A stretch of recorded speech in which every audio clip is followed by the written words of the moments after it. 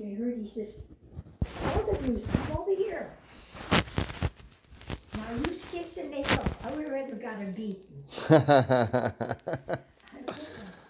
Because you know you're kids and you know, but no. I never got a spanking from my dad. Never. Never. Not even a slap. My mother, I got one spanking because I kicked my brother. We were playing like on the bed because that was in the old house. I was maybe 6 or 7, and he pinched me, and I kicked him, and he fell off the bed. So I got a spanking for that. That's the only time. I'm telling you. Yeah, you're a good kid. Yeah, it was due to my parents. I had such, when I hear other grandma saying about her folks that she liked going gambling and he would be in a bar, I felt so bad. Yeah. I really felt so bad. Yeah, but those different lifestyles. The farming you grew up in up north was a very slow, family-oriented lifestyle. Yeah, 9 o'clock. She kind of grew up in the city area, yeah. You know. It was a very big difference. But you can still be brought up in the city and still be good. Oh, yeah. My kids are good. But there's more temptation around the city. Yeah, there was no temptation. I never got in trouble with anything ever. I was never in trouble with the police or nothing, even when I speeded. No, seriously. But I never drank, never smoked. There was no drugs. Never even heard of such a thing. Yeah. I was really a very quiet country girl. That's why Grandpa liked you. You were a good lady. You know, that was so funny because I had a boyfriend when I met him, when I seen him, and we were up north. I went with my brother John, and he took Clara, and my boyfriend Leo that I was dating. He went, and the boys slept upstairs, and those girls slept downstairs in my mother's house. But that was already in not the house in Metz, but the new house on the farm. And I saw back over there, there was like 4 guys that came in together. And she was nice and tall, and he was very handsome. She really was. And I told my boyfriend Eli, I says, that was such a good-looking man over there, you know, because I am a very honest person. Yeah. And then I told him, I says, and I want to go up north because I want to learn how to ice skate. So I bought me ice skates because my brother Joe ice skated. You know, not in places like they have here, ice rink. Yeah. You know, that's in the country. Yeah, maybe in the river or something. So I said, you're just going to teach me how to skate. Well, I never realized that Joe knew and that they were friends. Oh, really? No. But we were all out dancing at Deer Hunt. You know, yeah. You know where that place is. Yep. And Leo was a very good dancer, and they were kidding, you know, the other guys, because I know Bab didn't have much money, because in the country, they don't make nothing, you know? Yeah. And I made good money because I was a waitress. I made like $100 a week. Wow. I was a good waitress. Yeah. Yeah, and you were cute. And I was very, very sharp. And honest to God, I was approached by people that actually were looking for models. I was offered a modeling job, but I didn't have enough common sense yet at that time to know this is a good thing. That's the kind of figure I had, really. I was 20 inches in a waist when I was getting married. Wow. I had a 32 bust line. The hip line was matching the bust line. It was very good. It was very good. But anyway, when I came back because I took a 2-week vacation. I was a waitress on Claremont, right on Hall Road. And all the, you know how taxi cabs, they stop into restaurants for coffee and stuff. They'd always tell my boss, you have the best looking and the best waitress through the whole city. And I never dated others, which I could have. All Yeah. the time. I could have dated even after I was married, when he was in service. But I made a commitment. Yes, ma'am. And such good-looking guys, they come just special to that restaurant so that I could wait on them. Honest gospel truth. What was the name of the restaurant? I don't remember, but it was like around Claremont. That was like a smaller restaurant. It was not a big restaurant. Like a diner? Huh? Like a diner? Like a little diner? Yeah. Anyway, and I could talk to my boss. Like I say, before you touch my food, you wash my head. Honest, and you couldn't have steaks and chops in a restaurant when you were a worker. Yeah. They wouldn't allow that. He made me steaks. He didn't want to get rid of me. So when I took a 2-week vacation that I was going apart, I wanted to learn how to skate. Then we were gonna go, and my brother Joe says, I gotta pick somebody up. And I didn't know that's who it was. They were friends. And the funny thing was, that guy there was a store in Metz. And I don't know, there's still a store, but it used to be called not Shumansky's. Oh. Anyway, my dad, he killed the cow, butchered it. Yeah. Because he was a perfectionist. He'd get people to come and bring, so he would kill the cows and the pigs and everything, because everything was so clean, so clean. He was as bad as, that's where I get that shit from. Okay.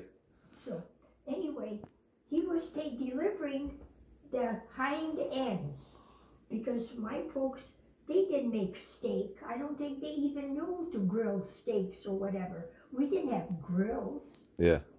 We had wood stoves. Yeah. So they made roast beef and they made soup and stuff like that. And so he would sell the back end, which is the good meat. Of course, at that time I didn't know that either. But I was already in Detroit, so then I already knew that steak was good. But I didn't know just what portion it came from, Yeah, you didn't know the cuts. Not at that time, but my dad did. So when I watched my dad, when I would bring the deer and he cut it, I didn't have to see it again. I already knew all the cuts.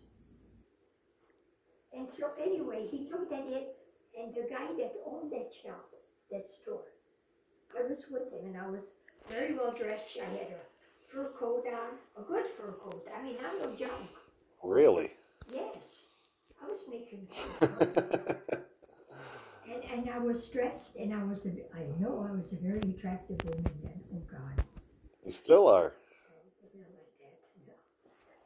And this, when Dad used to hang around in that place, in that store, I didn't see him there, but he told me that later. He was there in the store, and when he came to the store, the old man over there, he says, I gotta tell you something. I seen a pretty woman today. She was so beautiful and so nice. Her dad, she came with her dad because her dad brought the meat. So he already knew that I was a Hilla. Okay. And so I don't know, maybe, I'm sure they couldn't call each other. There wasn't no phones. But he says he had to pick somebody up. So I never asked him how, but I was so embarrassed because now I never was on a pair of skates, and I made such a fool of myself. This is your brother Joe? Huh? Your brother Joe? My brother Joe. Yeah, he had a car? My dad's car. Okay, okay. And so anyway, who in the hell does he pick up with that guy? And he looked like shit. He was dressed the time I seen him, then you look real nice. Yeah. But he still looked alright, And he had these crazy high boots. That was the style, the high tops, that Yeah. over know. Yeah, but why did he pick Grandpa up? Just to hang out? Going skating. Oh, They okay. might have been skating together before, but I never questioned him. Okay. So then, Beck is the one that ties me up. I said I was never on a pair of skates. So he fixed me all up and he skated. Well, I looked like an asshole. He knew the first week that he wanted to marry me. I felt the same way about Ava.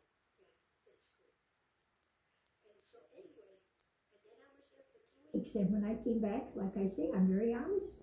And I told Leo, and I says, you know, that good looking guy, I says, I was actually out with him.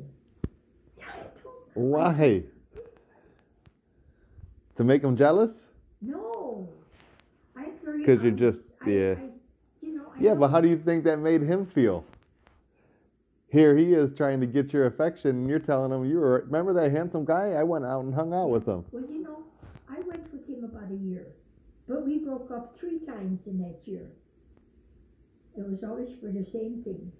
Yeah, he wanted a little bit more. He wanted a lot more. I said, no.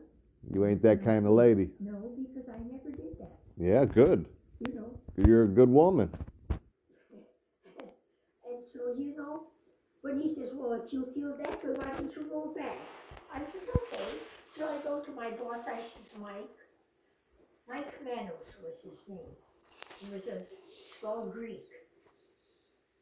And I says to him, I says, I need 2 more weeks. Can I have him? He says, sure. So he hired a girl. Wow. And I went 2 weeks. When I came back, I spent that time with him.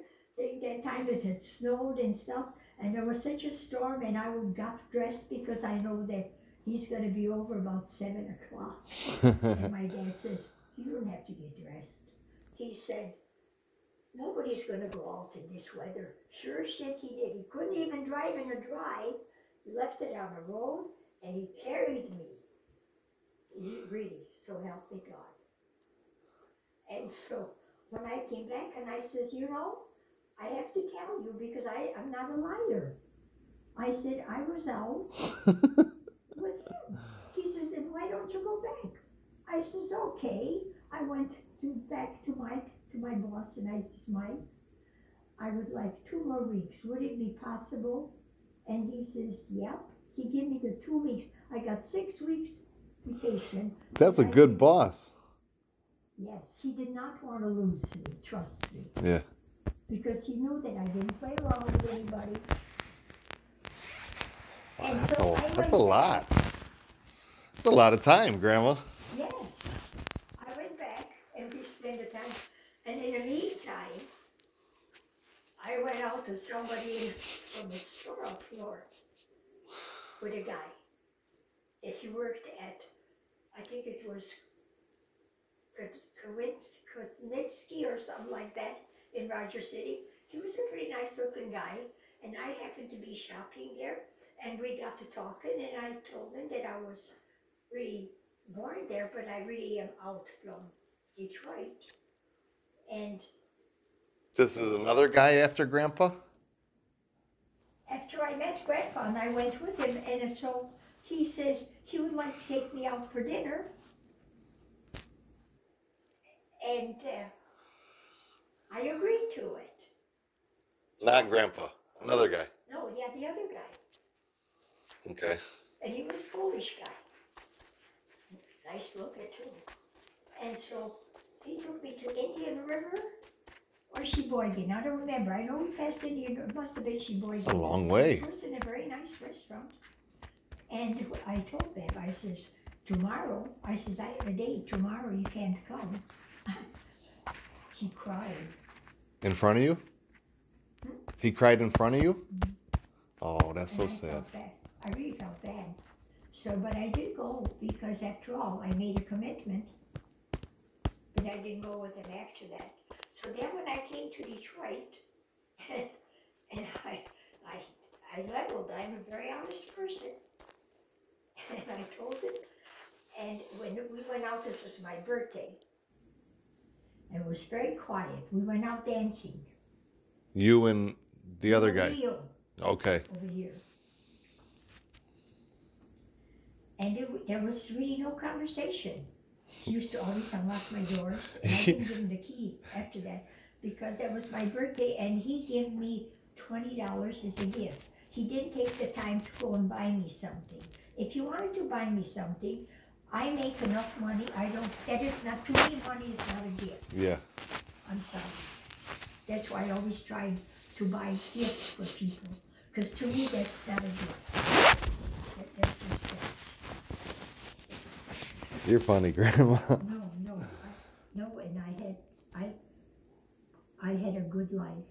And so when I came back, and so I guess he was upset because I spent a lot of time with the other pet. Yeah.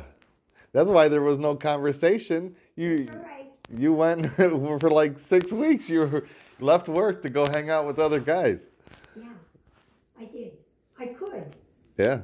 I could, and I did. And so, anyway, that's where we broke up again. Wow, $100 a week?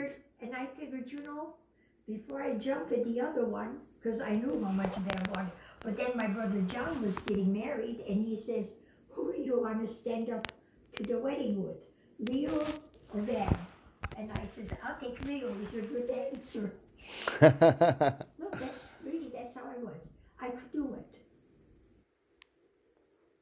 So how did Grandpa feel about that? He brought my folks to the wedding, and I told him he could not come to the wedding. So, would you want to marry that woman? No. And he still did.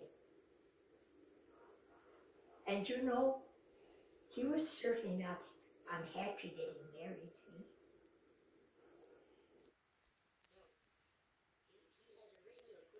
He didn't have to do nothing. Just punch the clock and go to work, because I took care of everything. For kids and everything, he take the doctors or whatever. I did it. He didn't even have to wait. So what happened after the wedding? After the wedding? Yeah. So at the wedding, you didn't talk to Grandpa at all at the wedding? Did you say, hey, I told you couldn't come to the wedding? He probably had a relative here in Detroit at that time working. Okay. And no. Oh, okay, the wedding was here. The wedding was in Detroit. Okay, so Grandpa drove your parents all the way down for the wedding here. Yes. Now you think, I remember you were telling me that before. Yeah, that's the gospel. See, and So where did he sleep when he was down here? Huh? Where did Grandpa sleep when he was? I don't know. Wow. Because he didn't have much money as a farmer up there. Well, he evidently must have. I'm sure he had friends here because he used to come to Detroit with one of the guys from up north. I think his name was Haskey. I'm not sure though. And they used to sell Christmas trees. Okay. So he was in Detroit, and then he found a job in Detroit. And Just to stay around you. Yeah. He loved you that much money. And I still went out with Leo because we didn't just break up like right then and there. It was my birthday. It was on my birthday when we broke up. And so when How did you break up with him? On your birthday, you were supposed to go out, and you just. Yeah, I says, I'm not doing. I says good night, and that was it. And he seen Bab at the house before that. But I says, oh, he's a friend of mine. I lived with Emily and Art. I said, he's a friend of theirs. I told it like it was. Yeah. Yeah. And 3 weeks before Dad passed away, he was taking me to this Freedom Hill. Yeah. And he reached over, it was a Saturday, because he worked Saturday, and he reached over, took my hand, he says, I want to tell you, evidently he knew he had very little time left. Because once before, when he came home, it was late, like maybe 6 months before that, And I was crying. I says, you're always in a bar. And I says, and I'm home alone. I says, you're going to mess around like that till you drop dead, and then I'll be left alone. And that's what happened. He says, don't cry. We still have 6 months. He never told me that before, but I thought he was drunk. And when we were at Linda's and Jim's after when we put the August, when we put the wheat in, the wheat, we'd always go to Linda's and stay there overnight for a couple nights and spend the vacation, because she's my goddaughter. Yeah. And we're very close. And so we'd stay there, and the guys got along so well. We'd play cards together and everything. And he would get up earlier than I, because I'm a late sleeper. You know, he would never wake me. And he'd be talking to Linda. They'd have coffee, you know. And after he was dead, that's when she told me, I know. And he says he only had about 6 months. If she would have told me that, I would have made him go to different doctors and see what.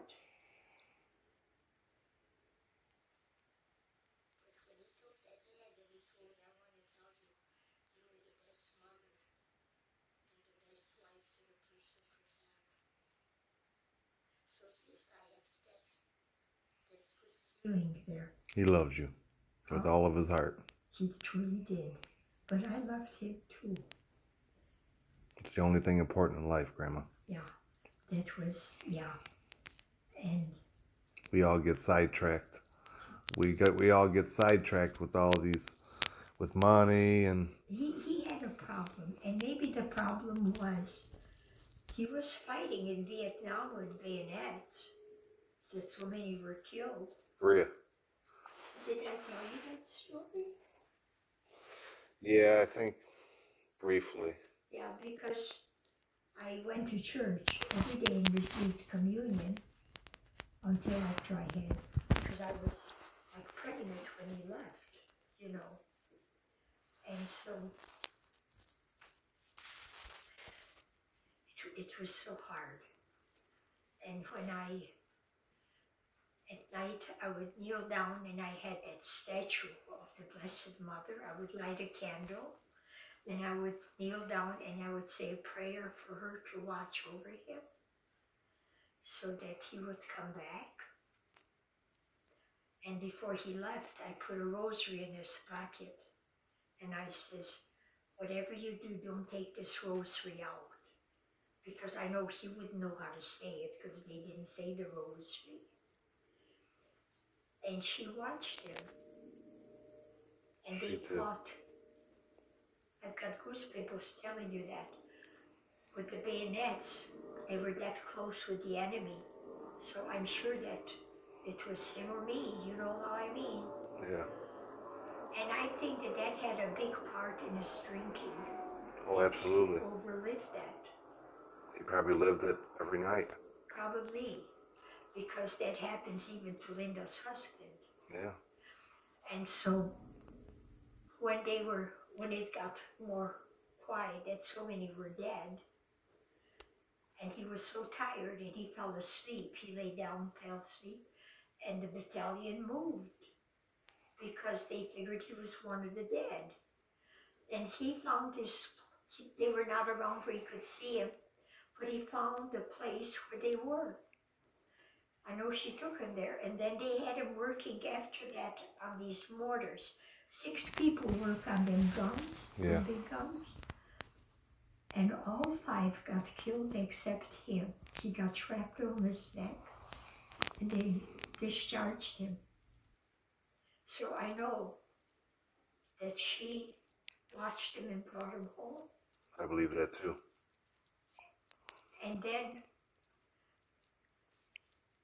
you know, while he was in service, I dreamt of Jesus twice. I don't know if I told you that, but I dreamt it was so beautiful. It was all snow. You know, you always see me in white. And it was so beautiful. There was nobody around and I, and that big light was shining up there in that hill. And so we went up there, and that was Jesus in a manger. So help me God. And the second time, when I dreamt of Jesus, he was on a cross hanging in that barn where my farm was, where we used to milk cows. You know, where my dad had like his equipment. Yeah, like the farm everything equipment. for the farm. You know, like Tractor. all the stuff that he works with. Yeah. And Jesus was there hanging.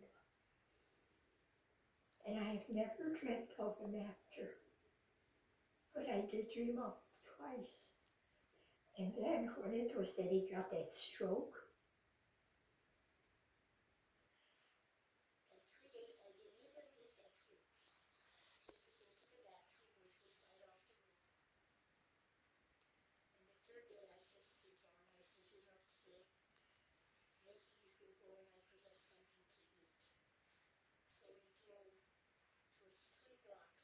hospital to Big Boys. And we went there, and I was so angry with God that my husband, because they said I could pull the plug because he would be a vegetable. And I says, no, I can't do it. I couldn't live with myself if I did that. I couldn't do it. I says, just got to take his turn then. And he held, you know, when I held his hand and he showed me 4, that it even hurt my thumb. And when I was crying or wiping my face, Marlo took his hand and he moved it away, so that I would hold his hand. And the thing was, that night there was Carl Hine and Wally Hine. They came to see him, but of course, you know, he was like a dead person. Yeah. You know, he couldn't see. They had to open his eyes, and you know, he was on a breathing machine. And I was very tired. And I went to the chapel, and I knelt by the Blessed Mother statue, and I told her, if he has to leave this world, if she'd come and take his soul. And he died on the Assumption of the Blessed Mother. And when I fell asleep on that, it was 2 doors away, it was their conference room, and they said we could use it. You know, it was like a circular sofa.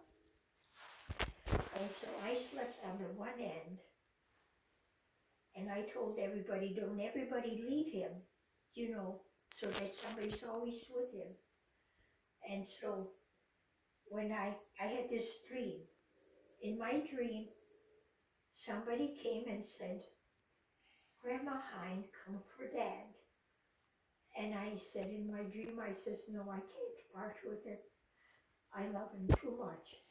And as I'm here in God above, I saw her silhouette go over his body. She was a tall woman, but it wasn't like a full body, it was the head. And it was like a flowing chiffon. And she went right over his body and up to the ceiling, and she was gone. And I saw where they put my husband on the truck bed. It had no sides. And they were supposed to blow that truck up, and they drove into a cemetery. And it was so beautiful. It was like from here to that door, like maybe 6 feet apart. Such perfect trees with the leaves to perfection, and it was all white. It was all white, snow. And I saw deer tracks. We always hunted together. And Yeah, I saw people walking, but I never looked at their faces, and they were in couples, and some were singles, but I never looked at their face in my dream.